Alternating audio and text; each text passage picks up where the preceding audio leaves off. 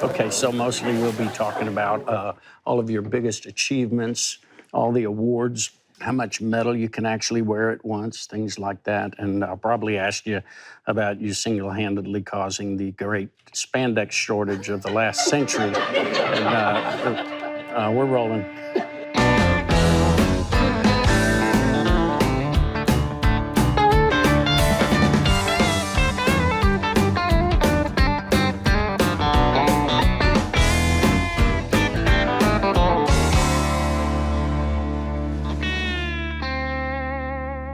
Hello, I'm Clint Black. Welcome to the show. Tonight, I am talking in circles with a genuine champion, Scott Hamilton.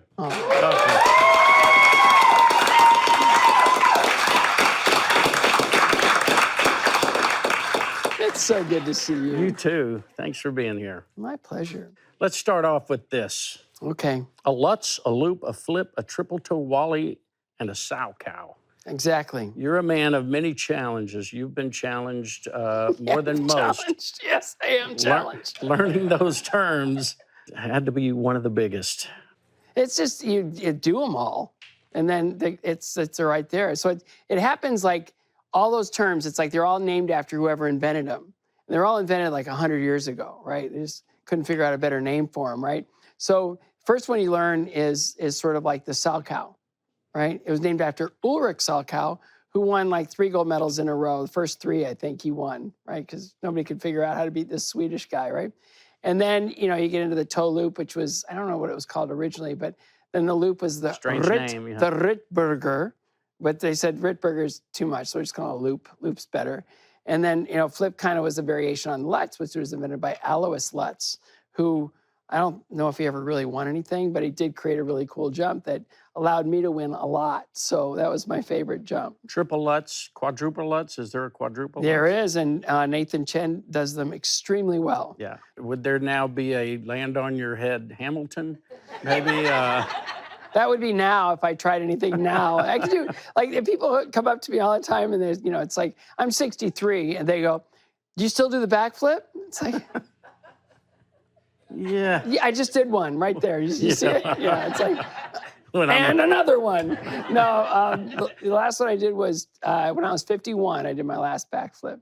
Now I get halfway over, and that would be about as far as maybe a quarter of a turn over, and then just bam. How did that enter into your mind? I'm going to do this. The first guy that did it, that's how he did it. He was like, if I skate fast enough and I stick my toe in the ice, I bet I can get over on a backflip.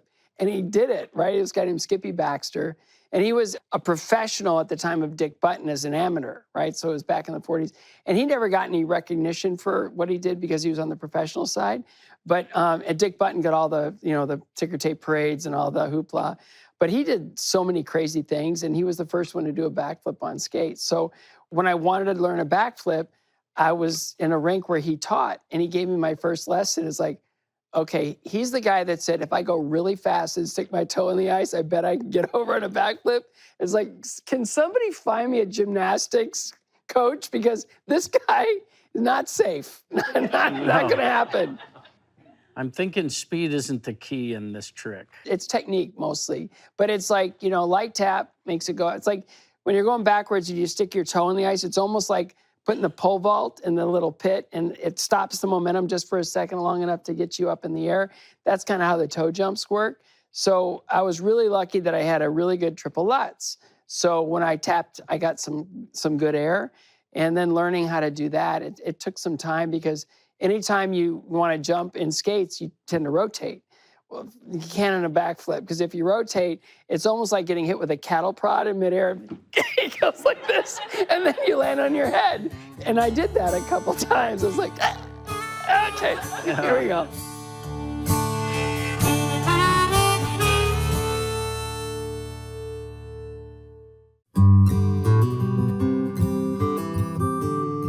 Where were the '84 Olympics? Sarajevo, South Korea? Yugoslavia. Yugoslavia. Yeah. Did they set you up for the time change? You get there plenty early. Well, my adjust? coach wanted me to go to Paris on the way, because there was a kid there, a competitor of mine, who was the best at the compulsory figures ever. And his coach wanted me to come because he wanted me to kind of push his skater to be more aggressive in the freestyle. And so he thought it'd be a great thing if I came to Paris for a few days to get used to the time change and to give his skater a little push to bring him up in the freestyle. And so we arrived in the morning, and I took a short nap, and we get to the building, and my coach had picked the patch of ice for the figure eights things right next to Jean-Christophe was his name. And I'd worked really hard on my figures. Like I put everything into my figures thinking if I can just get in the top 3 in the figure short and long, I can't lose the gold medal. So it was a big strategic thing, right? So I'm right next to Jean-Christophe, and I look over at his figures, and it's like, I can so beat him.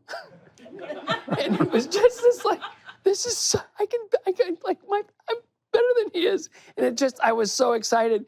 And we get there, and I'm still jet lagging. My coach goes, long program run through. I skated it clean. And it really lit a fire under Jean-Christophe's tail. He comes into my rink, and he's doing this. And so he started working hard, and his coach was like, thank you so much. And it's like, no, thank you, because I have all this confidence. It was backfired. Now. Yeah. So I went, and wherever he put his figure, I put mine right next to his in competition. And there were 3 figures. The first one, I beat him 5 judges to 4. The second figure, I beat him 7 judges to 2. And the last figure, I beat him 9 judges to 0. And so after that, I won the figures easily. And I knew that there was absolutely no way, unless something really bizarre happened, that I could lose the gold medal, just because of the way that. Wow. None of you were born yet, so this is a history lesson. Kevin Nealon had a great line. Our buddy, I'd asked him if he'd been watching the Olympics. He said, I started watching, too competitive. And I'm thinking, as competitive as it is, and you are, it surprises me that you would go over to do anything that lends support to someone you were competing against. I always wanted everybody to skate their best. Yeah. And it drove them crazy. I wanted everybody to skate well. Is there any part of that that feels like that's going to drive you to compete harder, to skate better? You don't get better unless there's some reason to get better. A bar. There has to be a bar, not a bar, but a bar, right? And it was really funny because I always tell my kids, one thing I learned was, kind of what's the greatest strength? And everybody goes, oh, the greatest strength. I go, no, the greatest strength is a lack of weakness. Like if you eliminate your weaknesses, it's really hard not to be successful, right? So I always tell them, what's the greatest strength? They go, lack of weakness. So I had to learn this, every time Dick Button would be my commentator, he'd say, he's looking so much better, but that camel spin is atrocious, or, his choreography is just, and he'd always have some remark about my skating, and it's like, oh, he's never gonna say that again. So I go home and I'd really work hard on it, so the next year he could never say that again. So basically after 4 years between Lake Placid and Sarajevo, my whole job was to shut Dick Button up. And it worked great, because by the time I got to Sarajevo, he was a cheerleader. He wasn't criticizing my skating anymore. He was like pushing me through my program. It was great. So you win the gold, you go on, and I've heard you talk about how you transition out of that and go professional. Mm-hmm. The stars I had to. I was flat broke. Yeah. That was back in the day when the Olympics, you weren't even allowed to teach skating to make money. You weren't allowed to do anything that was attached to skating to make money. So I was living in one of my best friend's parents' basement for all those years I was training for the Olympics, and they were really kind to look after me like parents. So when it came time, I won the Olympics, and then I went back to work, and a month later I won my 4th world championship. And then it's like, okay, I am really broke. And so I hired a manager, and he went to work with the Ice Capades and got a deal worked out for me, and I joined the Ice Capades, and I had a 2-year deal with a 3rd-year option, and I worked really super hard. I never missed a show, never missed a press opportunity. And the president of Ice Capades, when I signed, he said, you guys are all the same. You think the work's done, and you're just going to party, and you're going to show up for shows. And he was just down, it was like telling me that I'm going to fail. And it's like, So I did everything that I said I was going to do. Never missed a show. I even stepped in for other athletes that were injured and shows that I wasn't supposed to be performing in. And then I never missed a press obligation. And so after 2 years, he came to my last show, and I thought, here comes my option. Oh, I'm so excited because I did it. And he put his arm around me and he started to walk. Has that ever really been good for you? When people, no, it's not good. And we need to talk. Yeah, it's like, congratulations, you did as well as it can be done, and you did everything you said you were going to do. And you're moving toward the exit at this point? Well, pretty much. He said, we have a new owner. I go, I'm excited to meet him. And he goes, well, he doesn't really want to meet you. And I go, why? I if there's something, I can straighten it out. And he goes, no. He only wants women. But now you can fix that nowadays. takes a lot of commitment, though. It does. It's all in. Yeah, so I was out of work. And so I met up with my manager. I was a big tennis fan, and I went to see a tennis tournament down in Florida. He ran the tennis division for IMG, so I had the inn to get the really good seats and everything. And so we're just sitting there talking. He goes, hey, Ice Capades isn't having you back at all. I tried everything, and they don't want you at all. And I go, yeah, I know. And he said, do you want to help us start a tour? And the only response I could think of was, let me check my calendar. Because I think I'm pretty unemployed. So we started a show called Stars on Ice, and it still exists to this day. And here's my kind of passive aggression. Has anyone seen Ice Capades lately? Hold on, I'm pausing for effect. Anyone? Oh, that's right. They went out of business. Yeah, they just didn't have enough men to sell tickets for them. Yeah. So that's crazy. Yeah. Best thing that ever happened to me was getting fired from the Ice Capades. When you started Stars on Ice, you really amped up the show, right? Yeah, and you know where that came from? Oh, it's crazy. So I look out of the curtain every night because, it's like, I want to see who's out there, and I want to see how full the house is, and kind of checking it out. And every show, there's a guy sitting in the front row, brought his wife, date night. I'm just looking around, making sure none of his friends were in the audience. It's like, this is not a good thing. This is like I'm at an ice show.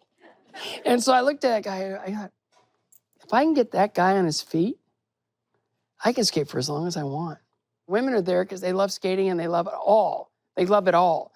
But if I can get that guy on his feet, I got to figure out a way to do it. So I started doing all these really crazy numbers and coming up with all these outrageous ideas to make it super athletic with the backflips and the triples and everything else, while doing comedic stuff and doing really technically hard stuff that was really designed for the men in the audience. And to this day, I'll be at B&A, at Nashville Airport, and a guy will walk up to me and he go, are you the skater? And I go, yes, sir. And he goes, I don't watch that stuff. Don't get me, no, sorry.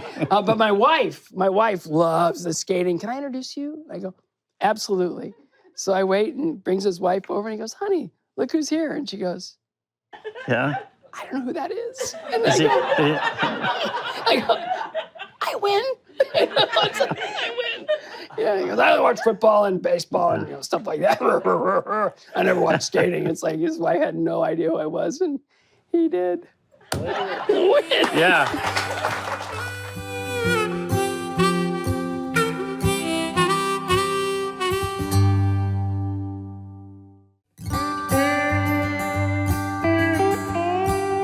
I have to say, one of the worst things that ever happened to the world of figure skating is when you left commentating it. Oh, thank you. You had a way of infecting all of your listeners, me especially, with the excitement that you felt for the sport. And it was noticeable when you left.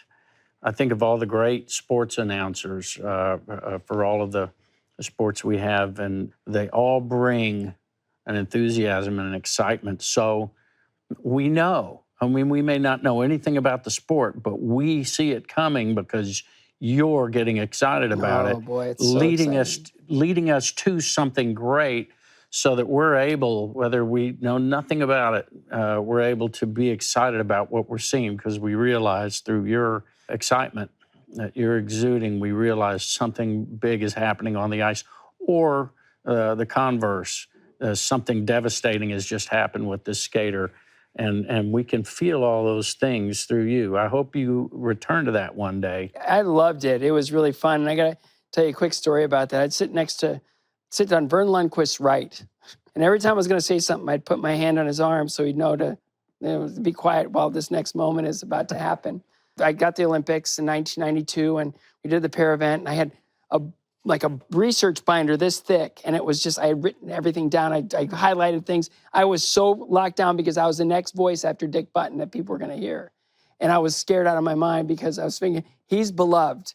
Like, he's one of those guys like a Howard Cosell or one of those great guys. And he was the only announcer ever to do the Olympics. So I had this binder, and I'm so locked and loaded. Like, there's not going to be one moment here where I don't have something to say. And so I did the pair event, and nobody would make eye contact with me back in the production compound. And I was like, oh, something's not right. And what I didn't know is all the television writers were just hateful to me. All the critics, they hated every single thing that I did in that first event of the Olympics. They hated it. And I kind of anticipated there'd be some pushback because Dick Button was such an icon. And so Vern's sitting next to me. We're going into the men's event, which is my favorite event because it's just, I was there and I knew all the guys. I know what they're going through. And I took my binder and I picked it up and I threw it in the garbage can. And he's looking at me like his eyes are this big. And I just said, Vern, I got nothing. And every single Olympic broadcast I ever did, I'd sit down. All I have is a jump sheet in front of me. And I'd say, Vern, I got nothing. And he said, good, because I was able to authentically and genuinely respond to whatever was happening in front of me with an open mind, without it being rehearsed, and just really celebrate this moment with this skater who leveraged everything they had and everybody invested in this moment. And it needed to be respected and honored in a way where it wasn't about me. It was 100% about that skater, and that this moment needed to be protected and needed to be celebrated and needed to be as important in its broadcast as it was for the person that was performing it.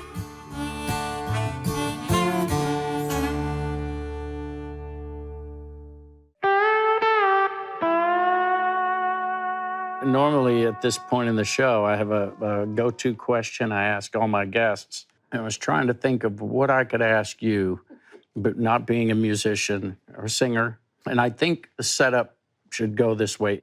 When you get to heaven, if you could do a couple's routine with anyone who's already there, who would it be? And what song would you skate to? Sonia Henney, because she was the greatest of all. I have a picture of her in my office at the Fordyce Center. And it just reminds me that anything we do now can only be updated. It can never be invented because she did it all, right? She'd be one person I'd always want to even just meet and just get to visit with, because she was so iconic and she changed the sport forever. Skating is a small community, and I've got to interact with, pretty much. I mean, my coach when I went away to train was the 1932 Olympic gold medalist in pair skating, Pierre Brunet. And he was a genius, amazing. And just the people that I've gotten to meet and know through the sport, and Katarina Witt, and she was 12 years old, and Torvill Dean, we came up together from our very first international competition all the way through the Olympics and beyond. And Dorothy Hamill, adore her. My best friend in skating is Christy Yamaguchi. Love, love, love her. We did a fundraiser in Phoenix, and I texted Ilya Kulik saying, hey, you want to come out and hang out with us? And he dropped everything and came out and ended up playing tennis with our biggest sponsor till 1 o'clock in the morning. It's like, those are the type of friendships that just carry you through. And it's just, they're all Olympic champions, Tara Lipinski, she said, I'm coming to Nashville to interview you for this documentary we're doing. And it's like, wow. I mean, she was 16 when she joined Stars on Ice. And she was so green, and just to watch her grow and become the woman she is today is remarkable. And Dick Button, every time there's a natural disaster in Nashville, he calls me to make sure I'm okay. It's a beautiful community. It's like what I love about country music. No one gets left behind. No one. If you're a part of this, the fabric of country music, you're revered forever. You're respected forever. And I love that. I'm biased because I know you. I don't know all those other skaters you mentioned, but you bring nothing but joy with you wherever you go. So I'm never be surprised at the number of people who turn out for you. And I just can't thank you enough for turning out for me. Well, being as a here. non-musician, I'm really honored to be on this show with you. Easily one of the most likable people I've ever known, ever. That And means, man of quality. means more than you'll ever know. Hearing that from you. Thanks. Scott Hamilton. Champion. Let's get a wave going.